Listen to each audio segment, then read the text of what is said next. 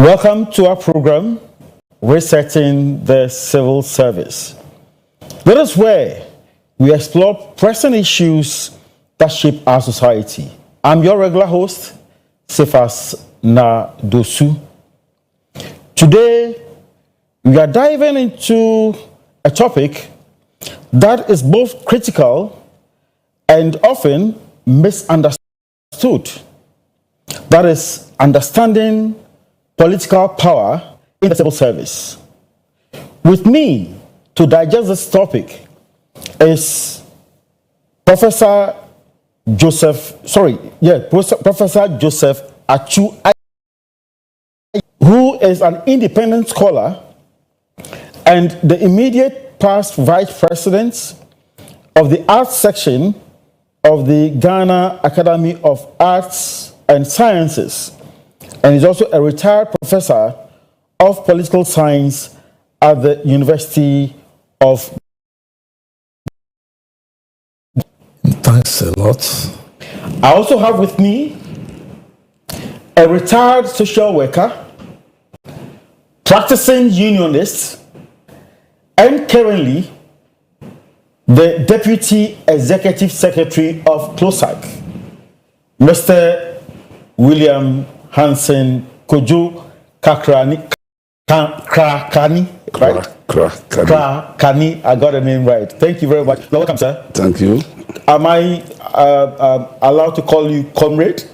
Yeah, sure. Yeah, so comrade, you're welcome. Thank you. You are welcome to this show, and basically to the topic, understanding political power in the civil service. And so, Prof, let me start with you.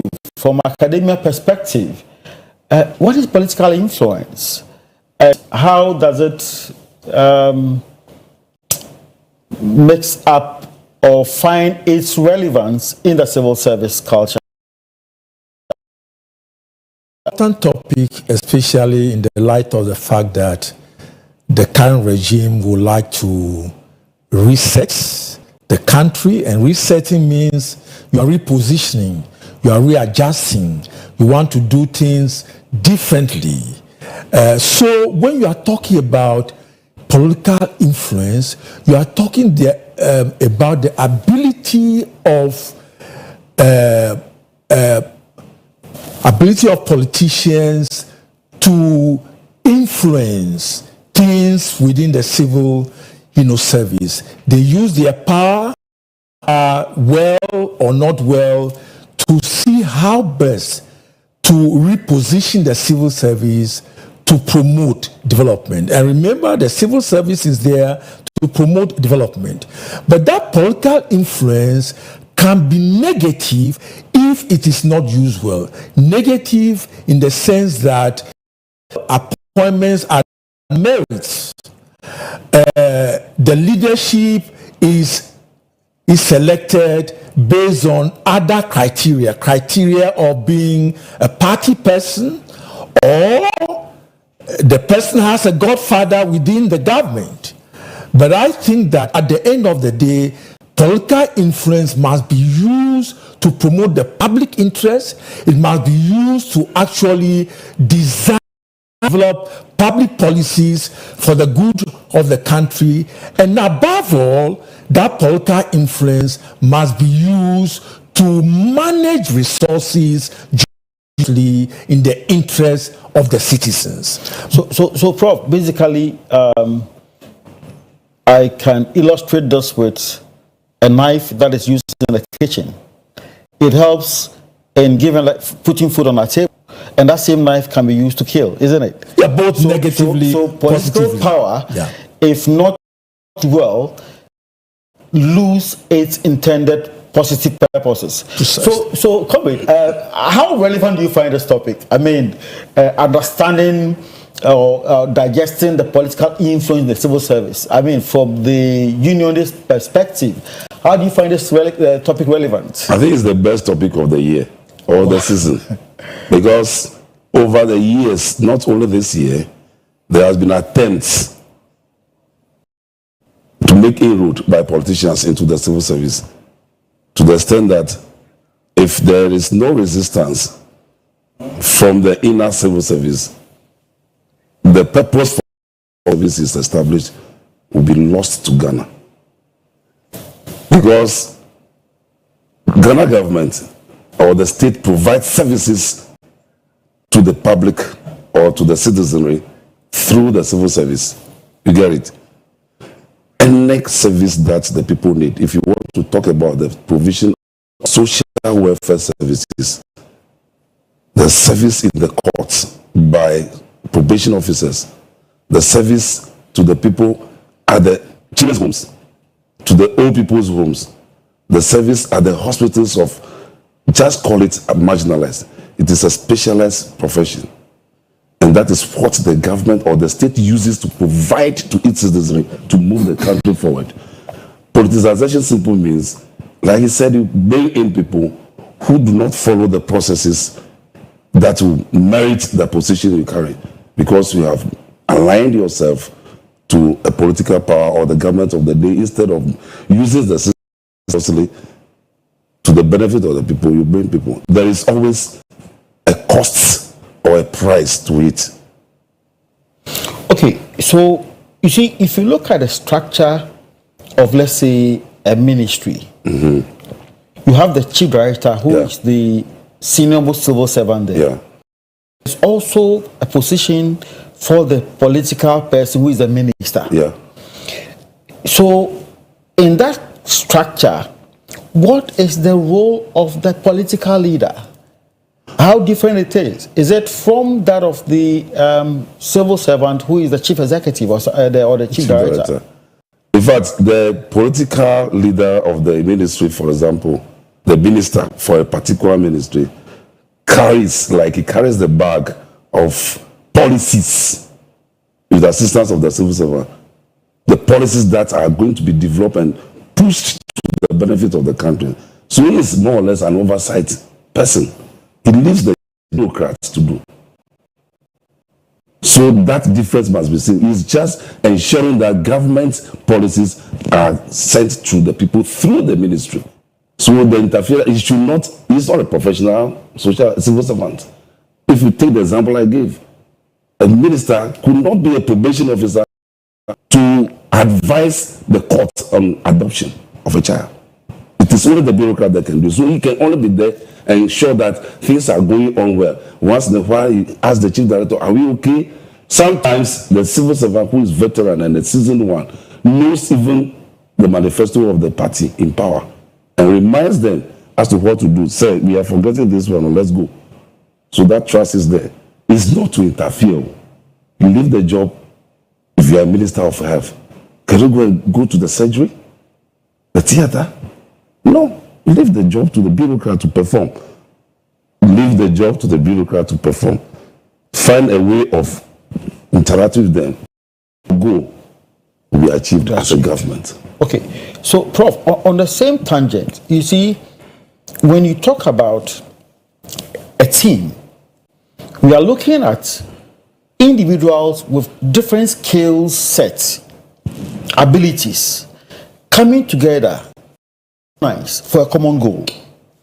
And so within the structure, you have the political representation, you have the civil service representation, or what kind of thing. How do we dichotomize the functions of the politicians from that of the civil servant so that one is not subsumed? And more also the fact that, I mean, when you have power, the ability to subsume the lesser power, it's more pronounced.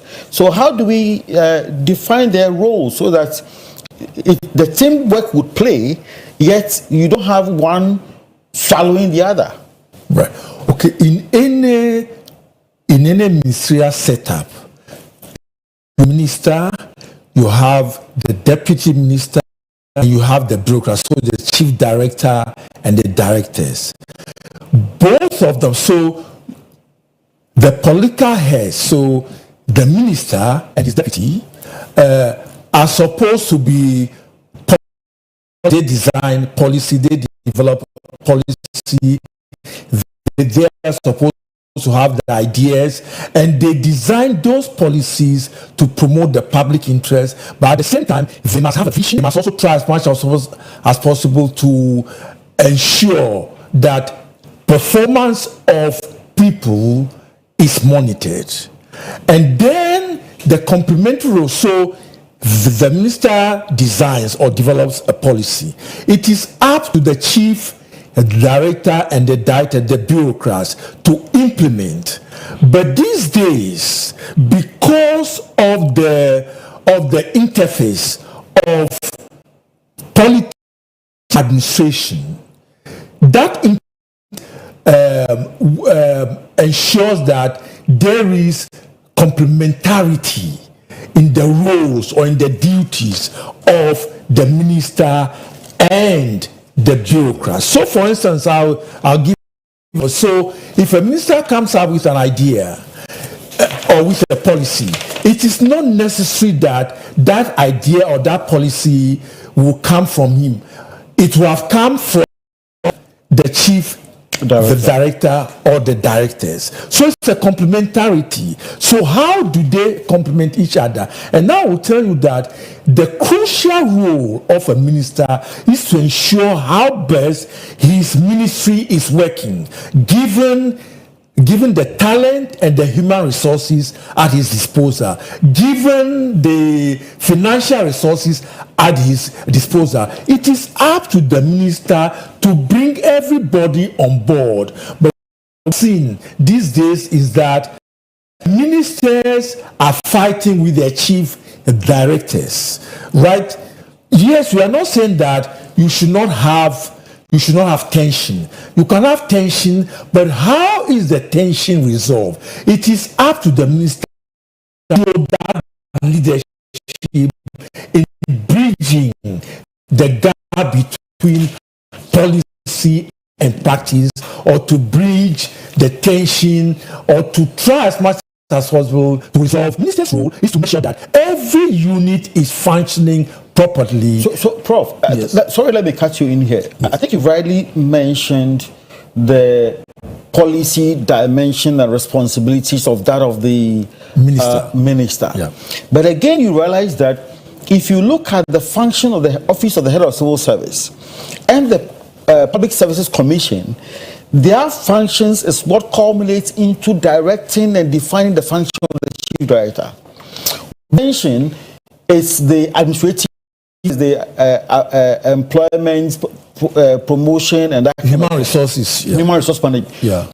Don't you think that these functions possibly need to be spelled out? Because sometimes you see the overlap where the appointment or the promotion, that is not the responsibility of the minister. It's what is, I mean, how do we, it looks like because of that teamwork, these functions becomes grayed out.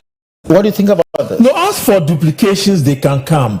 But then how do you resolve the duplications? And the duplication cannot be dealt with if there is a job description for everybody. If there is job description, of course, they are resolved. If they are not resolved, there are other institutions. So, for instance, if you go to any ministry, the ministry will have the Civil Service Council. The ministry may have an advisory board. And these institutions are supposed to provide the buffer or to streamline issues to ensure that things work properly. So I will tell you that, yes, duplications are bound to happen, be resolved within the context of the role of the civil service or local government council and the role of the ministerial advisory boards. Okay. For this period, I'm going to call you comrade because I think from the union perspective, and with your experience in the civil service, how has the power of politics or political influence evolved over the time, and what has made it to gain grounds to the extent that today we are talking or discussing influence? It's a good question. How they were able to get notoriety, if you want me to put it that way. The issue is that there is a clear distinction between the political line and the civil service or the bureaucratic. So when they employ you, there is a procedure of employment. And the process is ABCDT. You get the competent person to, on merit, to be occupying the space. When it gets there, like you said, there is a scheme of service. Those are there. The chief director at the ministerial level is supposed to be the key supervisor. Then you also work towards the minister. The minister comes there as a political position holder, and is supposed to ensure that things go on well. With time, nobody knew how it started. Maybe because of the complementarity, they started infiltrating in the sense that people start bringing in individuals like personal, which nobody will be against, or we call them whatever it is. They come, then you contain them to a point that you realize that, let me sit by you. Can you sit more? Then before you realize the whole bench is covered or incumbent person brought in by the minister. And they started encumbering, they will encumber the positions of the people. And you know the results. You cannot progress. You cannot get promotion. So the politicians, if they are bringing people through the procedure, fine. But the issue of neutrality is there. The same constitution that put up the civil service says that a civil servant must be neutral. Neutral in the sense that you should not be seen owing your promotion or appointment to a political affiliation or political coloring. You see, so the involvement is subtle. Then now it is becoming widespread. The future of the service, if we allow it to go that way, then there will be no civil service, or there will be a civil service patronized or covered by politicians. Elsewhere, I've been saying it. UK, for example, I think of no. The Prime Minister is the officer in charge of the civil service. So the importance is highlighted, the importance of the service is highlighted there. So they are becoming in a very subtle way before you realize they gain grounds. If you take the examples that are happening now, appointment done without recourse to the civil service, without looking at the political colorization of the person. Then when the unions stand against, another person also come because decided there is a precedence. You see people coming in. So they are gaining ground gradually. Something must be done revolutionary to stop it. They must respect the institution as established by the Constitution, unless there is no Constitution. Thank you. Prof, is the civil service not structured to be able to deliver this kind of service? And why is the need for the politician being allowed to bring in these kind of persons, which has aided the evolution of political influence? Okay, very important point. I think if you go back to history, the civil service used to have its personnel from within the civil service. With the reforms which were undertaken by the PNDC and all that, we have opened up the civil service for outsiders. So the chief director will be a civil servant, but he can be appointed from outside, the civil service, which is good. You want to bring fresh blood, fresh thinking into the service, which is good. But at the same time, it has cost, because people you are appointing as chief directors, politically exposed people. This is the term these days, politically exposed people. But I think that what we need to have is that, yes, civil servants are civil servants. The special assistants are politics. They will come and go. They can offer advice. But what is happening is that these special assistants have taken over the role which some civil servants have used to have been playing. So one of the things that we can do is that we should limit the appointment of special assistant. What politicians will tell you that is that, look, they want to have things done quickly, but the civil servants, because of the permanency of their positions, they don't want to do things as quickly as possible. If you look at Liberation, Council, some of them made the point that, look, they've seen that, they saw that some of the civil servants were aloof, not getting involved in the activities of the government. So how can they make sure that the civil servants become involved in the activities of the government? So that's why the whole idea of bringing special assistants came into being. But I think that all that the civil servants will want to do is that perform your duty very well. If you are able to do that very well, then there is no need for your minister to appoint assistant or special aid. Another one is special aid. So the point is that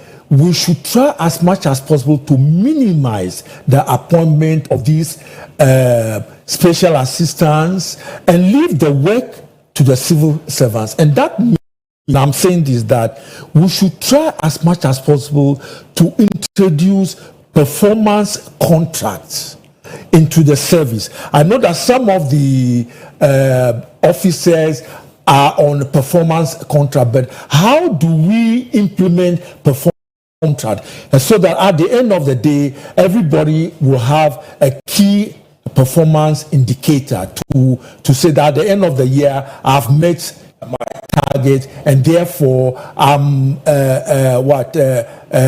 due for promotion or I'm due for anything. So how do we ensure that the civil service becomes more and more performance oriented, so that the politician, it would dissuade the politician from appointing special assistants, special aids, which will not actually promote productivity. Comrade, I want to come to you. If you look at the structure of the civil service, we have various classes. Yes. And the understanding is that the classes have been put in place to meet the needs of the state service delivery. That's it. Does it mean that the classes within the civil service or the Public Service Commission are insufficient, and so there's a vacuum for special assistants, special aides, special personal assistants, spokesperson, and that is why we have the political class appointing these people? And if there is the need for these people, why can't the Office of the Head of Civil Service, in conjunction with the Public Service Commission, establish those posts and define their functions? I don't know if you get... I got a question. I have a very different view of the perception people out there hold about the civil service, especially think it's space for them. They'll come and you have to do a survey. If there is a need, serious need for expertise, they are allowed to come with them. But they come as in the name of consultancies, and it becomes permanent, which is not the case. Permanent consultancies are not supposed to be permanent. Is that when they don't trust us, that is their problem. But I think they are mistrust for the civil servant that they are not as I think is because they are using it as an excuse to bring in people on board. It's so long. It's so long. They become 5, 10, 20. There was 2017. CLOG started crying about a certain ministry, Minister of Finance. One person coming with 12 to start with. Can you imagine how many he has added at the close of the 8 years? So, civil servants are qualified. They are there. If there is a need, there is always employment going on. And they go to fill those gaps in the classes. The bureaucracy is everywhere in the world. It is mistrust which they themselves create. That is causing the thing. And we are paying dearly for it. Thank you, Comrade. We'll go for a short break. But before we go, when we come back, I would want us to look these special aids. I don't know why they are always special. They are special aids. It's not assistant. They have remedial things. I told you. If there's a need for this category of pets, why aren't they employed using the existing structure so that the consultation with the Public Service Commission and in accordance with the councils are adhered to? When we come back, yes, when we come back, I thought you wanted to hear. Yes. Stay tuned. We're going for a commercial break.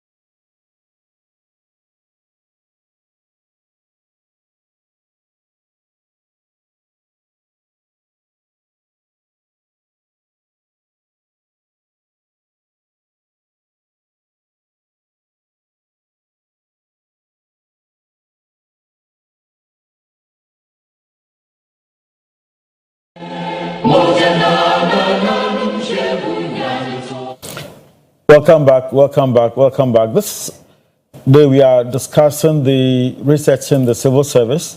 And our topic for today's discussion is about political influence in the civil service. It's a matter of concern to everyone. And it has come to light that you have some appointees, and when they come, it as if the expertise or the skill set they require does not exist in the civil service. The question is, if indeed a vacuum, there's a space for this kind of expertise, the Constitution, Article 195, defines the mode of appointment in civil service. It talks about the president in accordance with the governing councils and in consultation with the Public Services Commission appoints persons to fill civil service positions. The question is that why is it that these people are not subjected to what the Constitution says, but then they come like what do you call it, traveling baggage that accompany the traveler to the office? Meanwhile, it's the political person who has been appointed. So how can we justify this? The issue is that there is no justification. They can't, in the first instance, come into the system as civil servants once they are coming with the politician. They are colored already.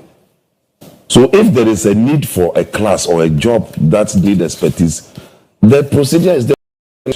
The government, the civil service, in conjunction with the Public Service Commission, will advertise and employ people from the system, from the outside system, and based on their competence and qualification employed.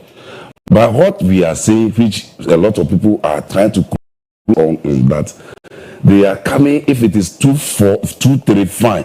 They are coming in large numbers. It means they are looking for a job for them, and they don't want to go through the procedure. They can't go through the procedure because they are colored.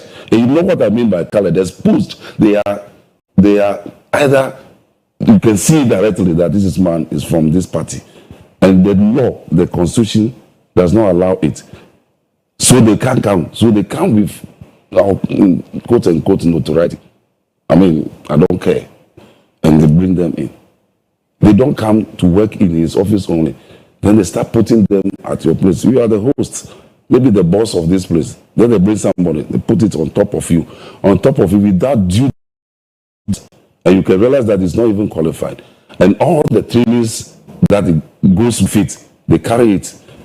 Like you said, like a portmanteau or a bag or a traveling suitcase. And it's going away. The government is going away. Then they go with all the. There is a reason why the civil service is supposed to be permanent. That permanence, spirituality. So they can't come. Ask them. They know they can't come. So they come along with them and go back with them. So Prof, I want to find out what are the procedures for progression in the civil service in terms of entry and promotions. What are the criteria used? Are they competence-based? Are they based on productivity? Are the civil service evaluated before promotion? I'm asking these because of the misconception out there that the civil servant is unproductive. It's the reason that has given rise or the abuse of political authority that we're discussing this afternoon. Within the civil service, staff are promoted based on merits. They assess every year, annual appraisal forms are filled and all that. Then when you are promoted, you stay on the grade for another 3, 4, 5 years, and then you get your next promotion. But some of them, complain that even after the 5 years, they've not been promoted, meaning that maybe the promotion may have been based on other things rather than competence. So the civil service and the local government itself can do is to see how best to ensure that things are done consistent, not selectively, because there is the perception, even among staff service, that some of them were not promoted, whilst others were promoted. It is now my turn. I don't like this whole issue of it is now my turn to get promoted, but your promotion must be based on merit. And that's the more reason why we need to ensure consistency in the promotion criteria. And one of the best ways to do this is to institute performance contract every year. I don't like this appraisal. Have you been to work? Has the staff been to work early enough? What are the issues? It's not. These things are not. Let me correct this. Yes. I mean, the civil service appraisal system has evolved. Yes. In fact, now it's electronic. Yes. And goes beyond attendance. In fact, they don't even mention attendance. There are performance contracts in there where you set your responsibility for the year, and you must agree this with your supervisor, and this is sign off, and at the end, middle of the year, you are evaluated. So I think they have progressed beyond but is it really? Is it really implemented? Yeah. You see, because at the end of it, people are supposed to enjoy certain benefits. What I would rather want to find out is that, is it possible someone earn his promotion through political influence?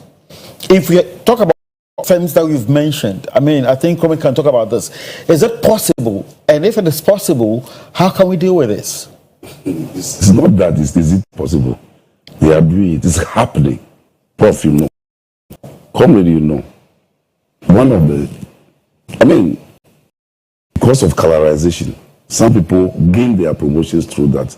And that is why promotion is about vacancy as well. Yeah. If there is no vacancy at the top, you can go. So if they superimpose somebody from political influence, then it blocks the progression.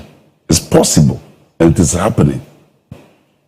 If you can appoint a politically exposed person into the civil service, then what is the rest of promotion and progression is a matter of what? You see, it's happening. It is seriously happening. The political powers the use or the abuse is expanding. It's happening.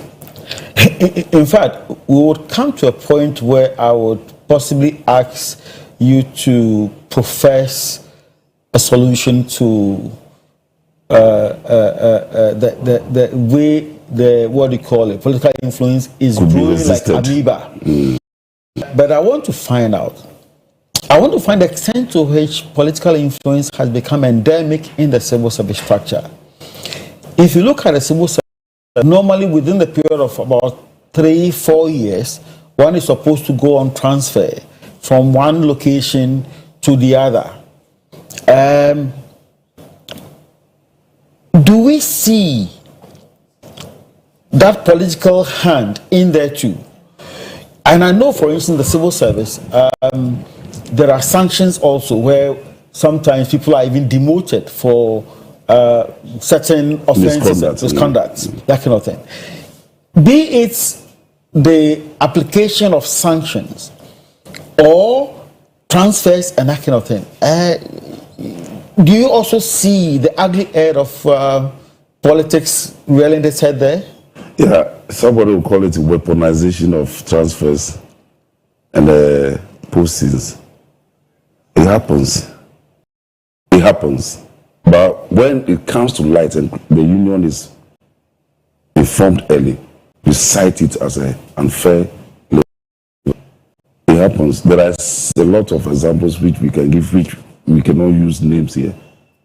Yeah, it happens. They can transfer you because maybe they see you as a blocking rod, blocking something for the party. So, Prof, I think you can help us here.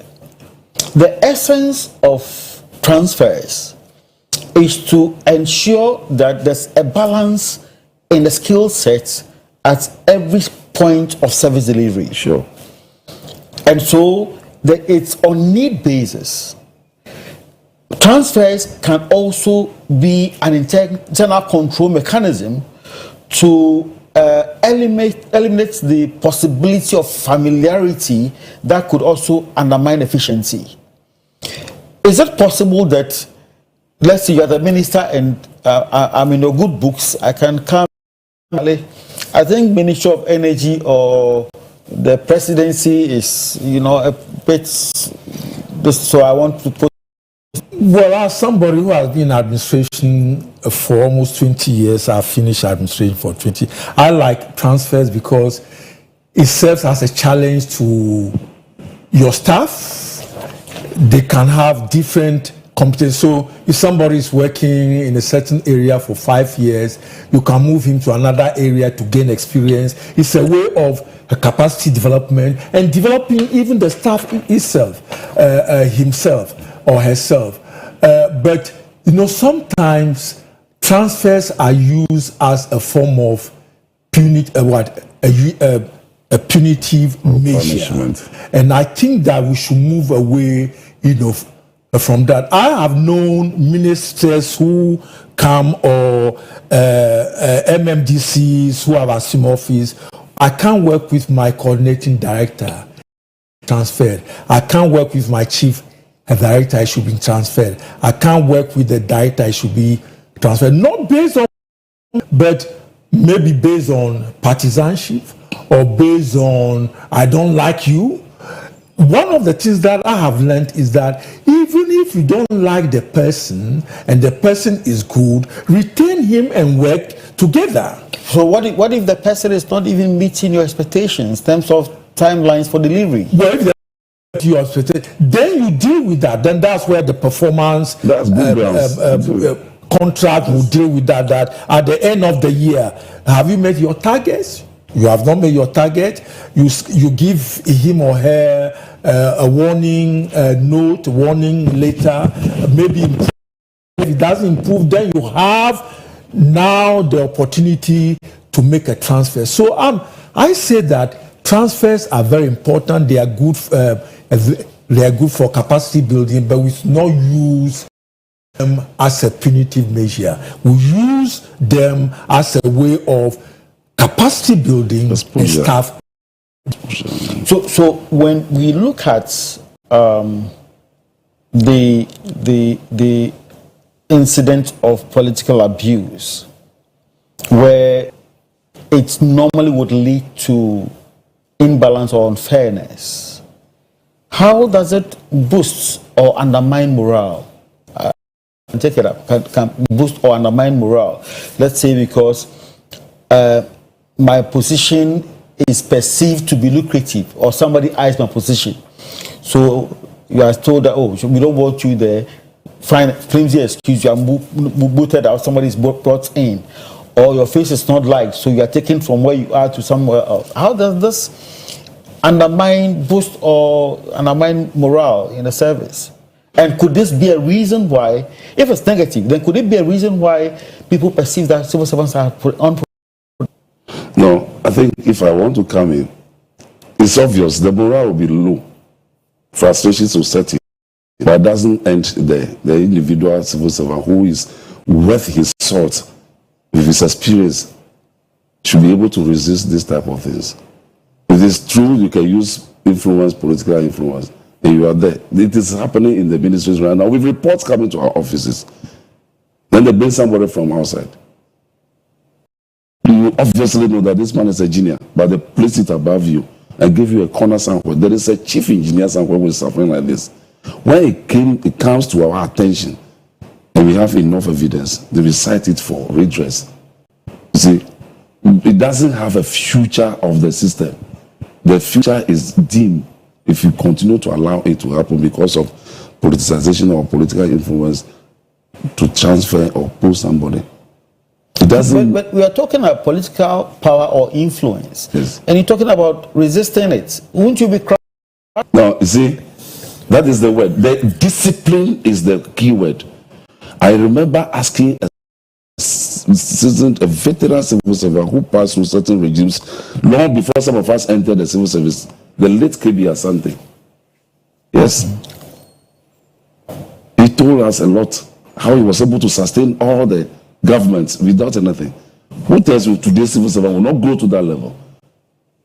The late Nathan Kwao, he told a lot of Ghanaian civil servants how they were able to resist. It's a form of you grow yourself. You grow yourself. If you know your job, it will be difficult for somebody to crush you. It will be difficult for somebody because you are supposed to help that minister push his agenda or the agenda for the government of the day. So you must prove so for him to build a little trust in you. So discipline yourself, read around the subject, and show no timidity.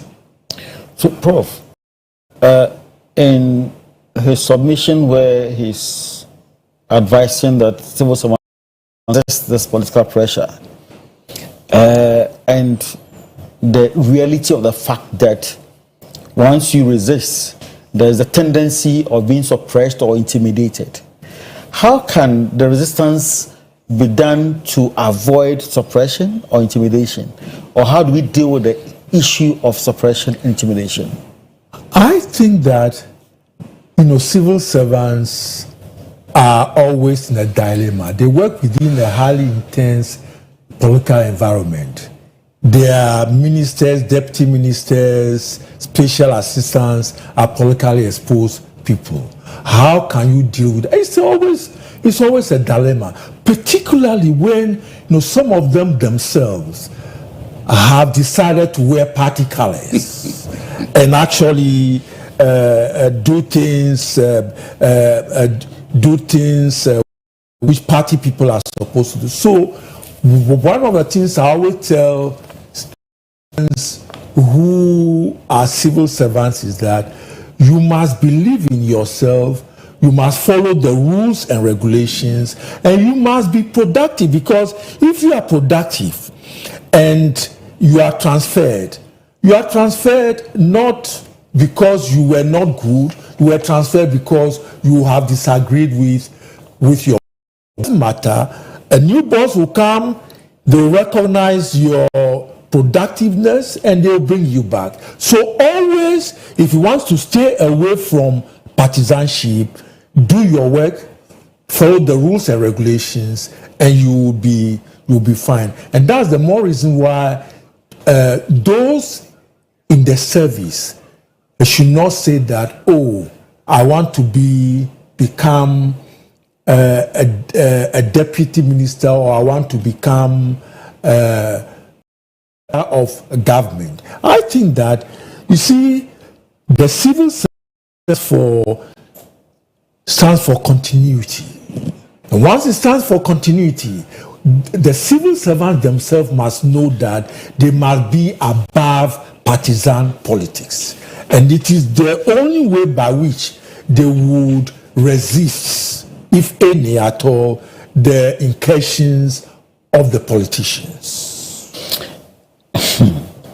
I think it's becoming interesting because I look at the essence of power and how power can penetrate the most solid structures and create mayhem.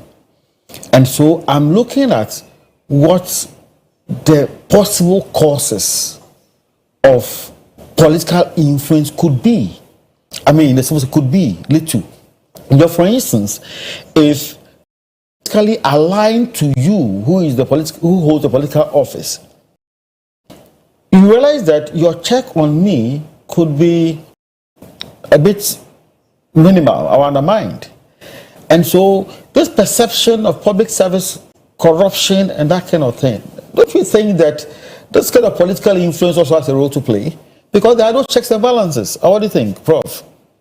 No, okay, so that's also another way. One of the things which we must also note is that all of us, the Constitution, I think, Article 55 says that all citizens have a right to belong to political parties. Well, it's clear there. But it does not mean that you should overtly or openly be partisan.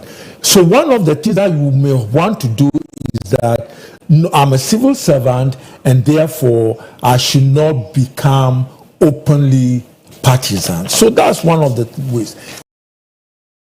You as a civil servant will need to do is to know your work very well, what you want to do, and then you need to pursue a career.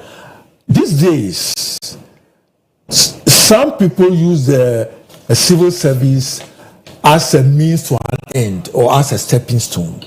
Do you see yourself as a civil servant, a career civil servant? And I think that we need to reorient civil servants that they are entering into a career, but they are not using that as a stepping stone to become politicians.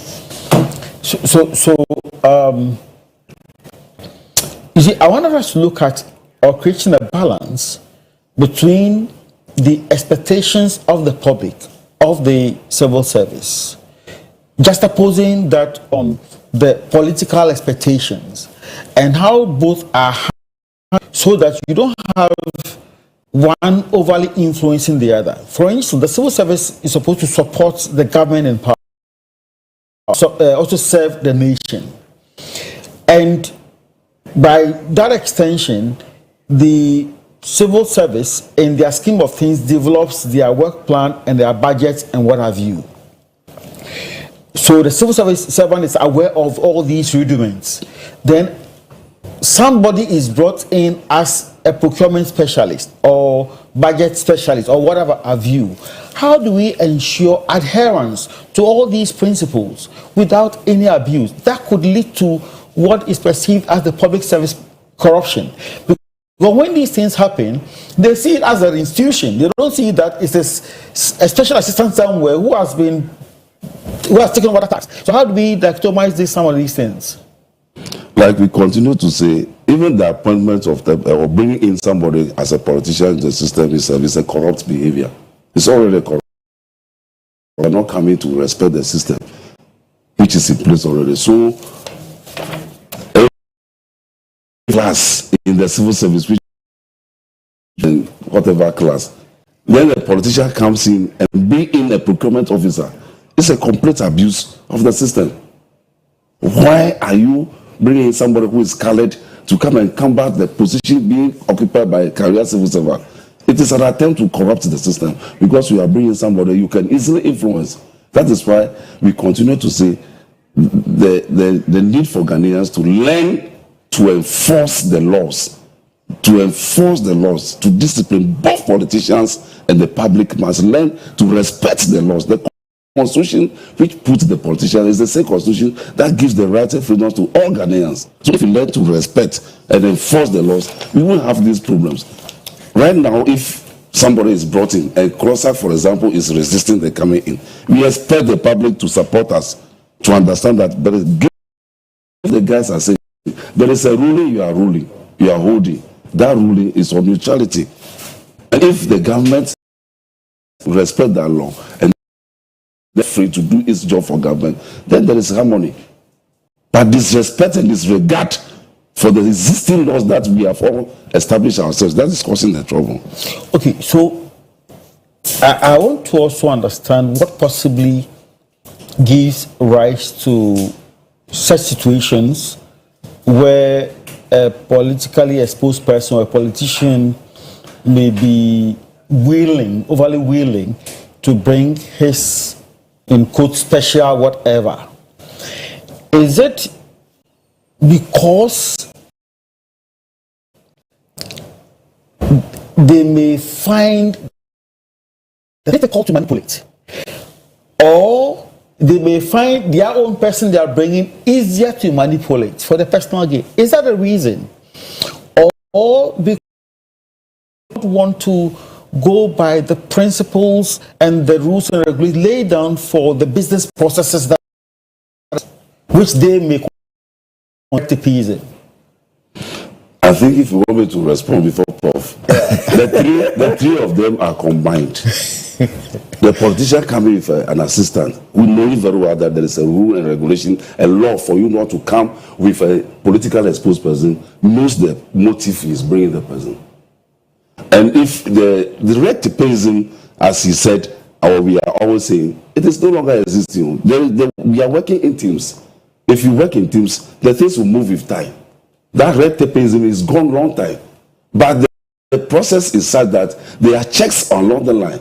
So if you want to jump one, that is what happens. So he's coming with a motive, either to and disregard the process of procurement, and then also he wants to jump the strong resistance of the civil servant. Prof, maybe your take on this. It's difficult to deal with this whole issue of special advisors, and then the lack of trust on the part of the politicians that civil servants, they are not in a haste, they are there until they retire. We are in a haste, we have a 4-year term, we need to deliver to the citizens. We are in a haste or we are in a hurry to deliver. So what we need to do is, one, what special expertise are these special assistants bringing on board which the civil service hasn't got? We need to item. That is why we must have advertising, quote and unquote, the position of special assistant if we did need them, because each politician, his or her special assistant on their own terms, on their own salaries. I've given you this. I think that if we really need them, then of course these politicians will need to go through the Civil Service Council or the local government council and see how best, or through the Public Services Commission, and see how best they could be part of the system. But for me, the Ghanaian civil service is still regarded as the best on the African continent, and the expertise or the speciality which the so-called special assistants will bring, those expertise are within service. Therefore, we don't need them actually, unless the politicians. To me, it's job for the boys.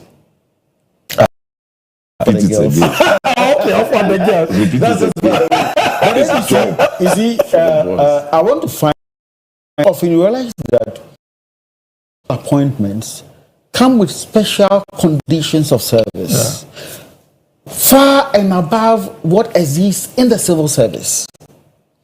I want to find out, is it because by virtue of their special nature, they have special expertise that does not exist in the civil service, they have special acumen that does not exist in the civil service, or they are so special that they don't deserve, or the political person has realized that the salary that is paid to the civil servant is so low that it would not culminate into higher productivity. Could be the reason. I have said one thing over and over again. We have to say it again. When you are abusing a system, Yeah. nothing can be given to it. First, they disregard the service. Okay. That is why they felt this. So they were bringing along their so-called expertise. And for them to look attractive to them, different terms of... sometimes they don't pay them in the Ghana cedis. Do a case research, not in this room, outside the room, this studio, and get to the ministries and get the lamentations of some of the people who are facing this thing.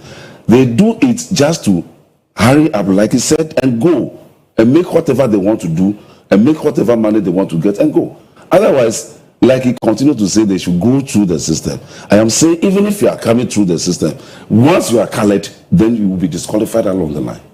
So they are coming in is to make their money. They don't have any other venue. I'm not minister. Can you come with helping you when you are campaigning? So we brought him, irrespective of his background and his qualification, his even field of study. So you bring him with all the impunity and disregard and abuse. I want to take possibly take you on because you're coming from closer perspective. You have on structured emoluments. Yeah. They work 8 to 5. Yeah. Just as these personal assistants, special aids, and what have you. Yet, if you look at how much they are paid compared to how much your members are paid, you term that as an insult. What has CLOG done about this? Either to forestall this or to elevate the salaries of your members to those special aids so that if that is what can bring productivity, bring it up. Yeah, comrade, we are doing the two at the same time. Unfortunately, the person who is supposed to look at your conditions is the same person who is your employer, who is government. And it's the same person that brings in his in which we are. So you can start negotiations for conditions to reach an appreciable human-like level. Straight and bring their own people and treat them individually. That is what we are saying. So CLOG is doing the two. We are fighting for a better condition of service and finding ways of resisting the intrusion of the same politician bringing in the people. We only need one thing, and that one thing is for Ghanaians to understand the point of view of CLOG, that we are basing our arguments or resistance on a law from the highest structure of the civil of the Ghana. That's the Supreme Court. There is a justification. There is a wisdom why there is a need for neutrality. So if you call yourself government and you have Ghanaians at heart, then respect the system.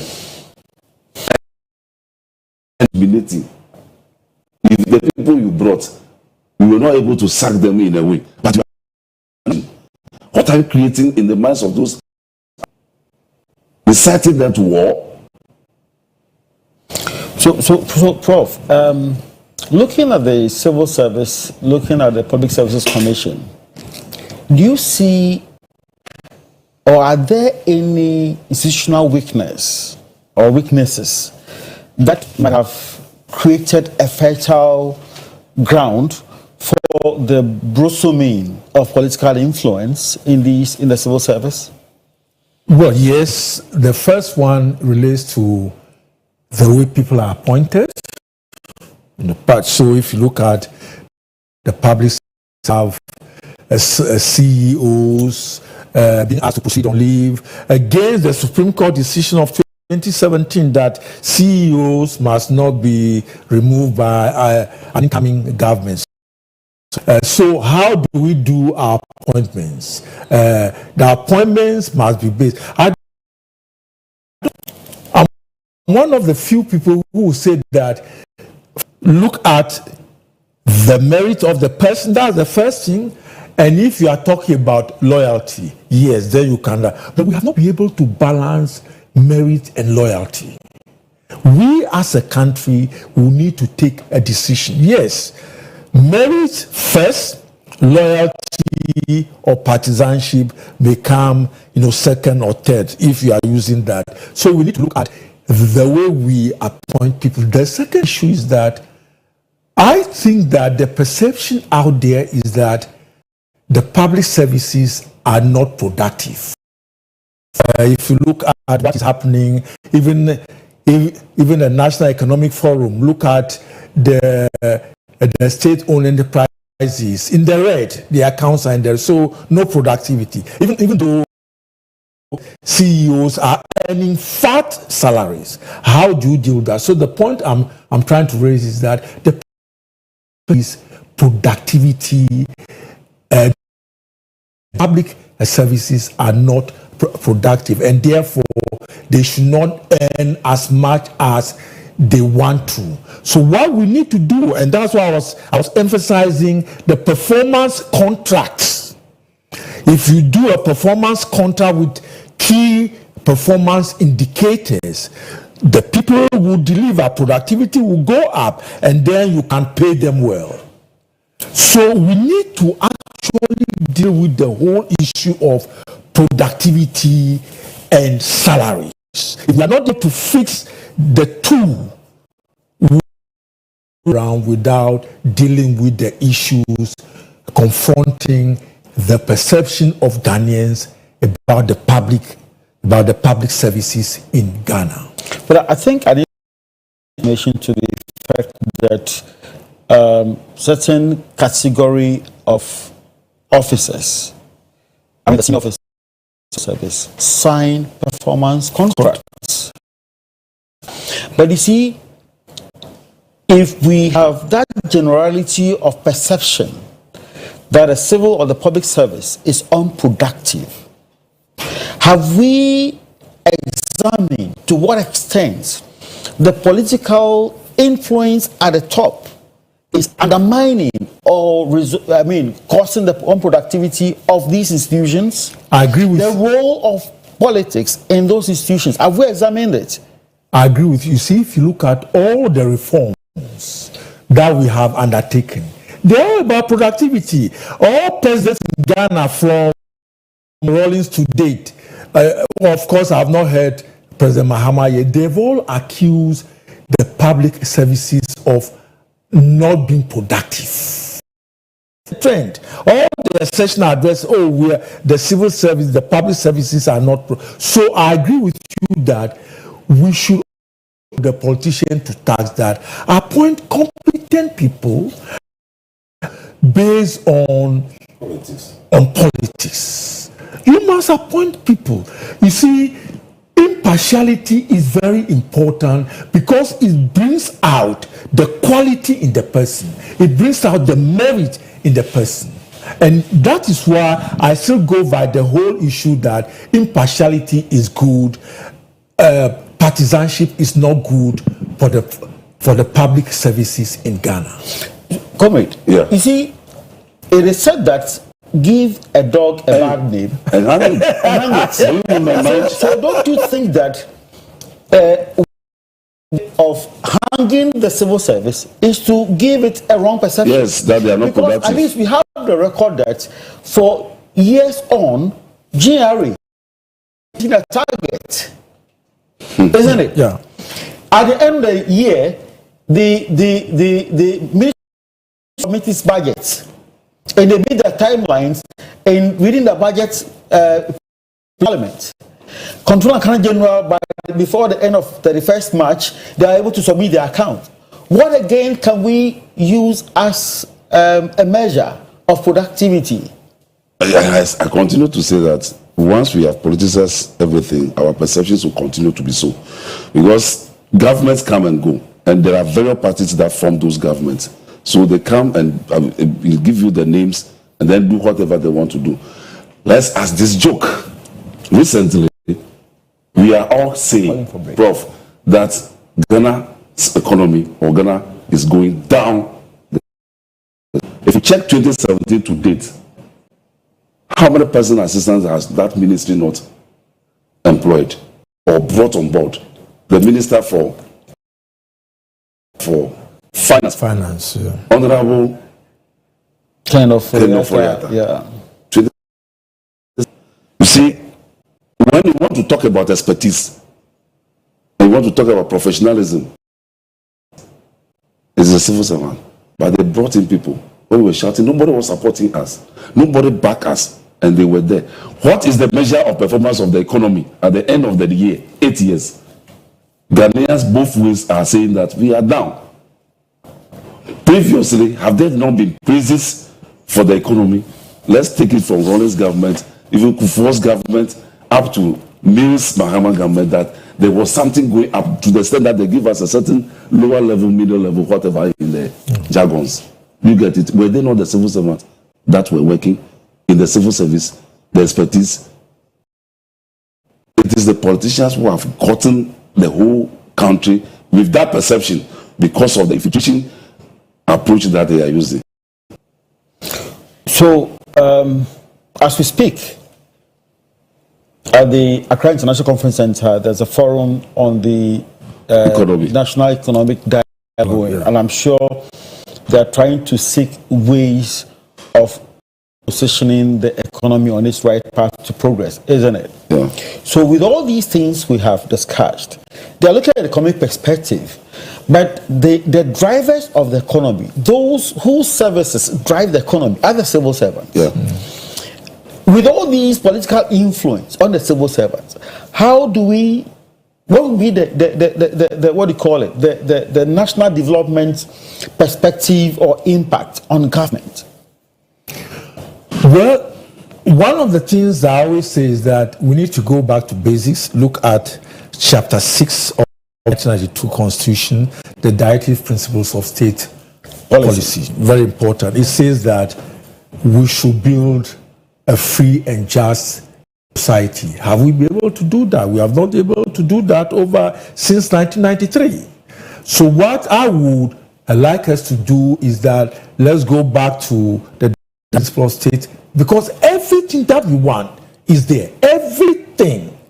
Gender balance, regional balance, eradication of corruption, what have you, educational system and all that. Everything is there. So one, let's go back to basis the 1992 Constitution, look at the directive principle, and then actually implement it.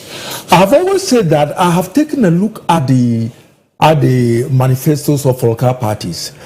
It seems to me that none of them has made reference to the directive principle of state policy. I've not seen that yet.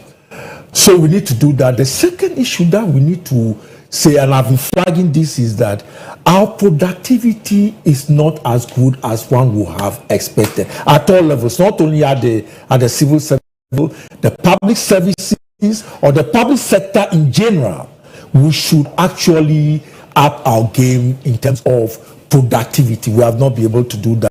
Let's do that. The final thing is that when we are talking about a healthy economy, a good economy, or what all that, we need to have reliable, available data. We don't have that. This figure, Ghana Statistical Service is bringing this figure on the economy. ISA at Legon is bringing this figure on the economy. Bank of Ghana is bringing this figure on the economy. Let us have a uniform data to promote development. This is the only way we can build this or reset this country. Resetting means we want to reposition the country. This is the time to reposition, the country, to make it a just and a free one. So I think your final thought before we go on break is, what do you perceive would be the implications, future implications of interference in our public service if we do not make effort to either reduce it to the barest minimum or eradicate it and become prevalent? What do you perceive to be the implications? The answer or one word is anarchy, chaos, and blurring future of Ghana. On this note, anarchy, we call a chaos. break. We shall be back soon.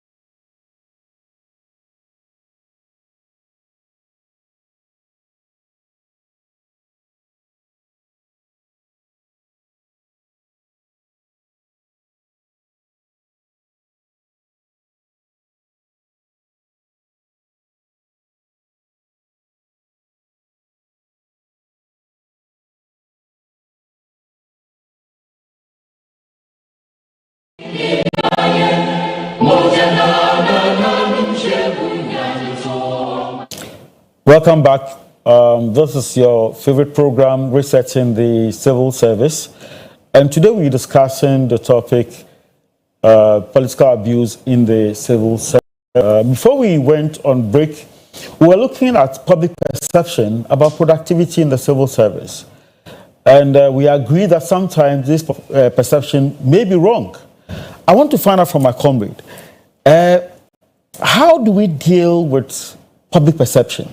Because, you know, perception could be right, could be wrong. But at least we're given instances where the perception about the unproductive nature of the civil service can be rebugged by virtue of the fact that GRA continues to meet its target and even exceed it. Many government institutions are able to deliver on constitutionally mandated set dates. So how do we disabuse the minds of the public against the public service misconception of unproductivity?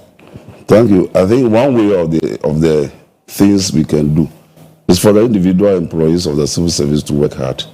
I mean, if you say that, and I will bring it down to the level of a social worker who finds himself as an aftercare agent in the prisons of Ghana. Aftercare agent is a specialized field of social work to the prisoners in there. If you are supposed to work well and you see in the court a pregnant woman being imprisoned or jailed, your proactivity, your being proactive will make you submit a probation officer to the court to reverse. The individual woman that we have been able to assist by rendering that service on behalf of Ghana government, telling the world that, hey, this social welfare for they are trying power. You want an adopted child. It is the same individual civil servant that goes. So the public perception can go a long way from the way we render the service to individuals. Then they culminate in the public perception. As for the generality, the enemies of the service will continue to give that bad name to the service that we are not productive. If you are not providing the resources for the people to work, the little resources that you provide, you come and combine it with your personal assistant. What do you want the people to do? The public will give us a name, like you said it, to hang us.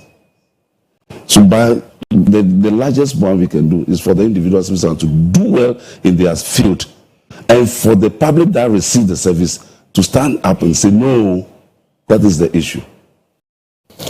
Okay, so now that civil servants depart from engaging in party politics or even with political parties, are there some laws, rules, regulations that can be put in place to debar or prevent the civil servants in indulging in political activities?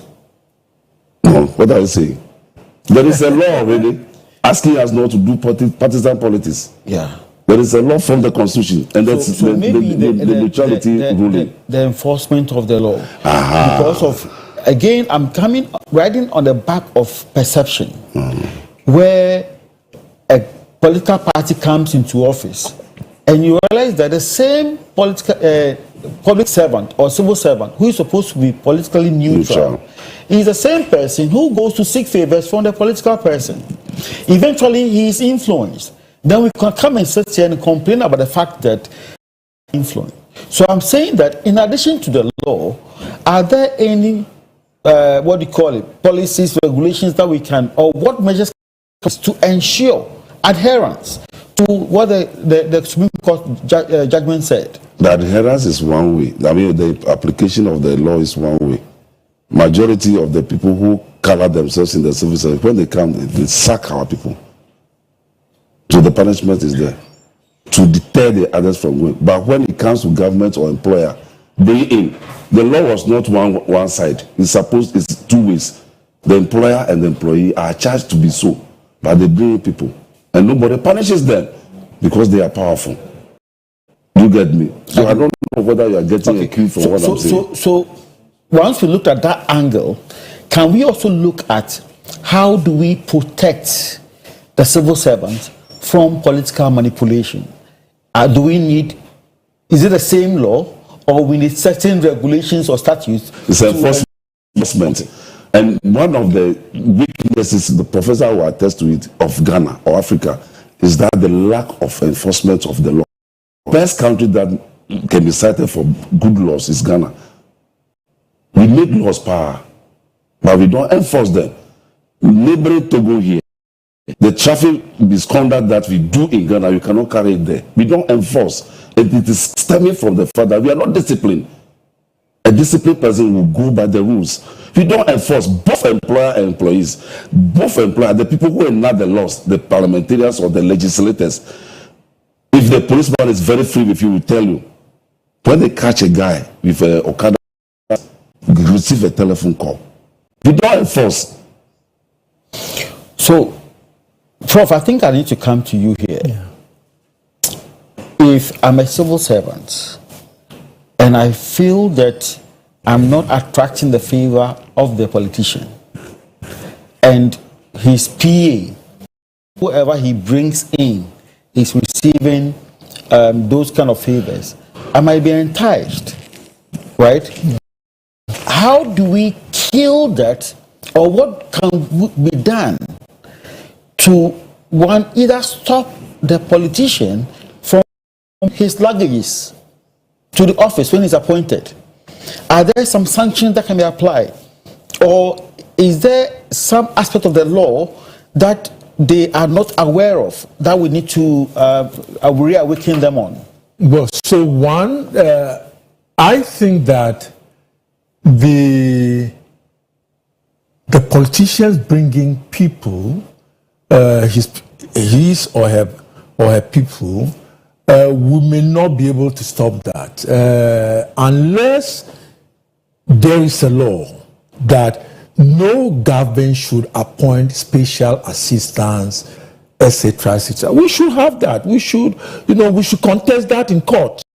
I'm challenging CLOG that go to court and say that no government should be asked to, or no be asked to appoint special assistant, special aid, special this and that. That's the first one. The second one, that's also very important, is that I think insulating civil servants from partisanship is going to be difficult, because they themselves have opened up. Some of them, chief directors, resigning, or some of them will not resign and then wearing party colors. So they have opened themselves up for that, for that. So we may have to actually see how best to deal with that, which is also difficult, because they are human beings, and the constitution is clear that you can belong to political parties. The third one is that I think that we should pay civil government service staff well. They are not properly paid. If we're able to pay them, or we'll go to politics because of money. So how do we deal with that? One way of dealing with it is that pay people well. And so Prof, can you re-echo that again? Can you re-echo what you just said? What I've just said? Yeah. One way of dealing with this whole issue of people entering politics, civil servants, local government, servants, service staff going into politics, is that they need to be paid well. They need to be paid if you have not paid well, politics becomes a bait. So they want to become politicians so that they can get money. And so it's a very pay people well. Do we have the resources, especially when there is no money in the kitty? The kitty is empty. How do we increase? Now, I think the increase is about 10%. I understand that even it is with reluctance that the CLOG and the others agreed, and the other unions agreed. But then, after this after this year, when the economy becomes better, we must take a holistic look at salaries. I don't think we are well paid, and that is why people deal with all these issues. They want to enter politics to get money, they want to go outside the country to make money and all that. Let us pay people well so that they stay in the country and deliver and become more productive. If you don't pay people well, productivity also reduces. So you just touched on me to the fact that because the economy doesn't seem to be good, that is why the accepted the paltry 10% adjustment in basic salary.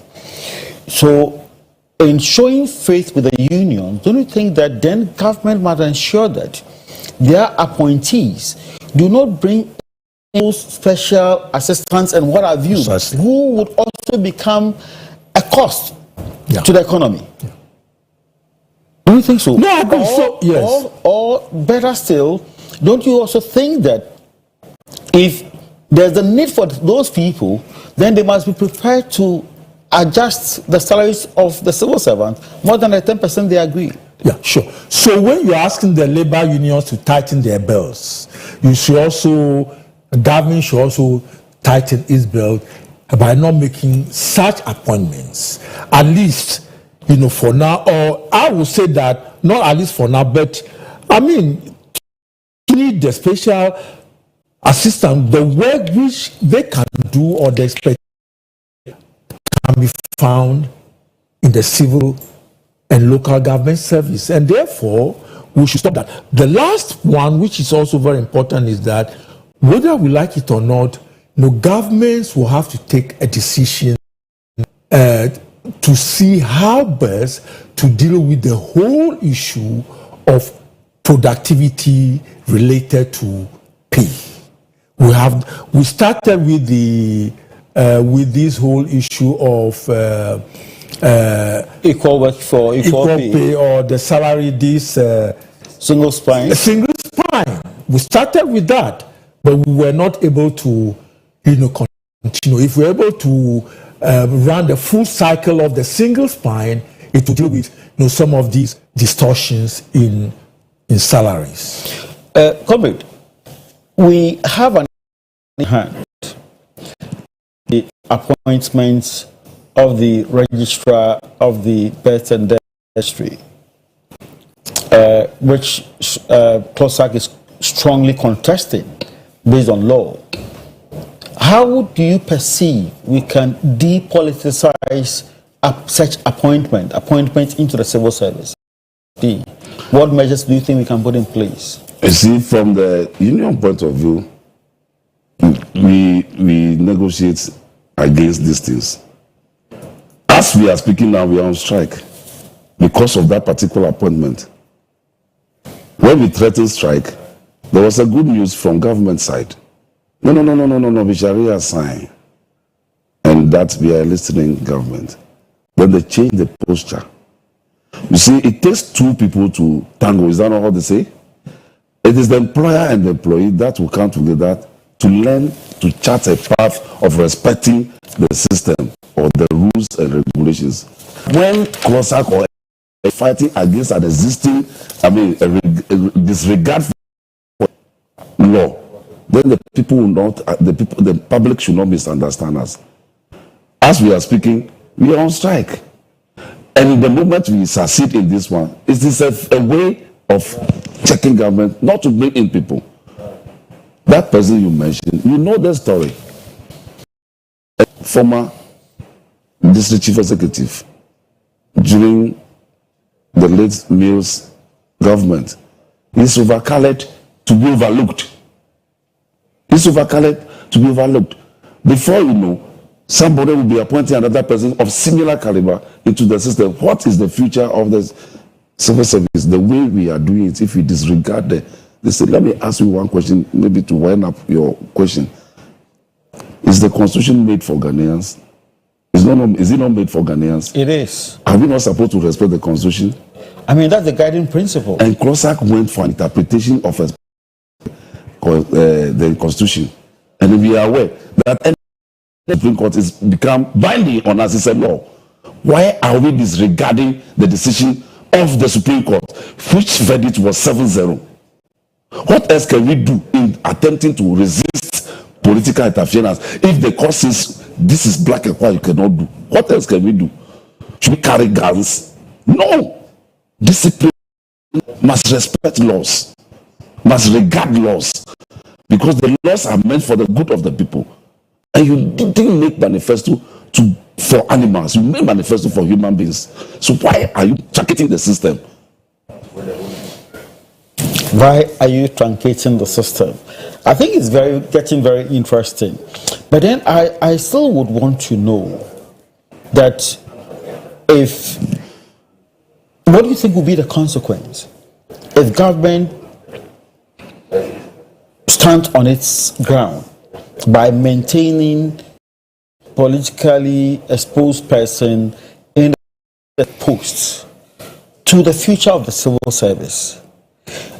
Is it not possible that it would open the floodgate for other civil servants to decide to join the political bandwagon, or for successive government to also now encumber more civil service posts?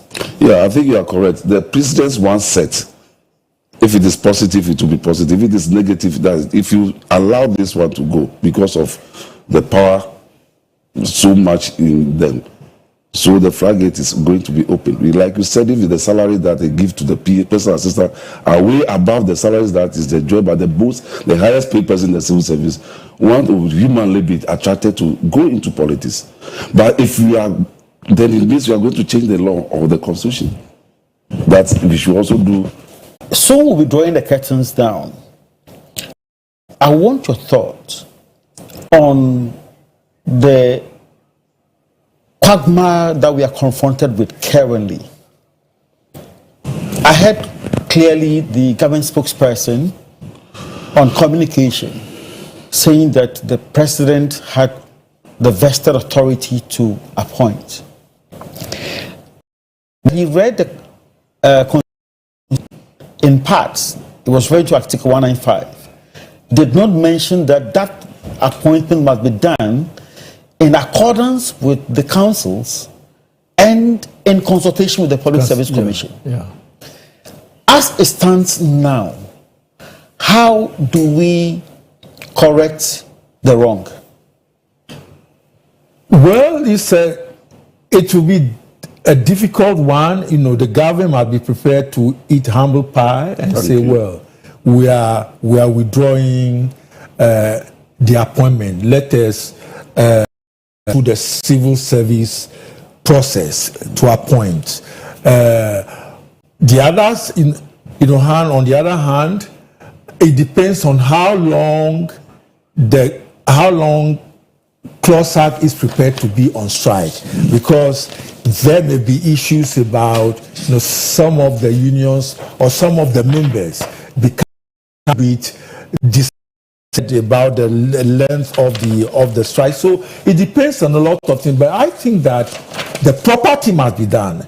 We are a country practicing a democracy. We are a country practicing the rule of law, and the rule of law must prevail. So it is up to government to decide that, well, let us withdraw our staff and let us ask the civil service, or let us ensure that the civil service process of appointing the registrar should actually be implemented the way it is. You see, one of the things that we have said all over is that we have important laws, good laws on paper, but the implementation is poor. And it depends on political collaboration, which we shouldn't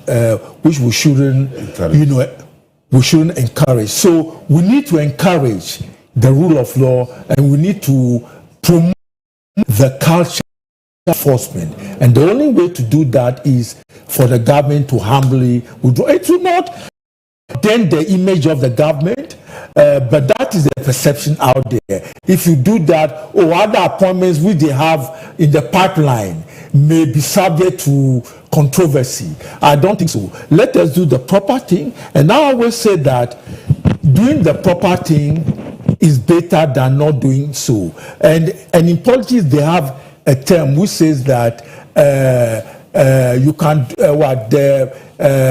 the right things are right. The acceptable things. It is good to accept things in politics. You can do the acceptable things, but the right things you cannot do. So it's a question of what is the right thing to do. It may be acceptable to appoint this person in politics. It may be acceptable, but it may be wrong. So let us do the right thing and ensure that things are done properly. Thank you very much. We'll be drawing the curtains down, as I said. But comrade, I would want you to look into of Ghanaians and have government in mind. I'm hoping that the government spokesperson is also listening to you. What do you have for them? I think for Ghanaians. And also, if you could add some message for your members, the CLOG members. The message is going to be simple. Ghanaians is inclusive of government. We wish government to reassign that to the best and the registrar. He should reassign because he's already a no-go area. He's colored. He should reassign. In our earlier submissions, CLOG always say CLOG is ready to cooperate with government. We are not happy to be doing this, but they should reassign. And to my fellow civil servants, the CLOG, be resilient and ensure you are diligent in your work for your measurement, for your productivity to be measured so that you are not productive. Be steadfast, be resilient, and ensure that you are diligent in your work. And God is in control. Thank you. Prof, I want to have your final thoughts, but I want you to take it in the angle of how we can depoliticize recruitments and promotions in the service. Well, we work in a democratic system of government based on the party system. So politicization, partisanship, all these things will come. But it is how we deal with them. And dealing with them means that we must follow the rules and regulations as well as, the Constitution. It is by that we can grow our democracy.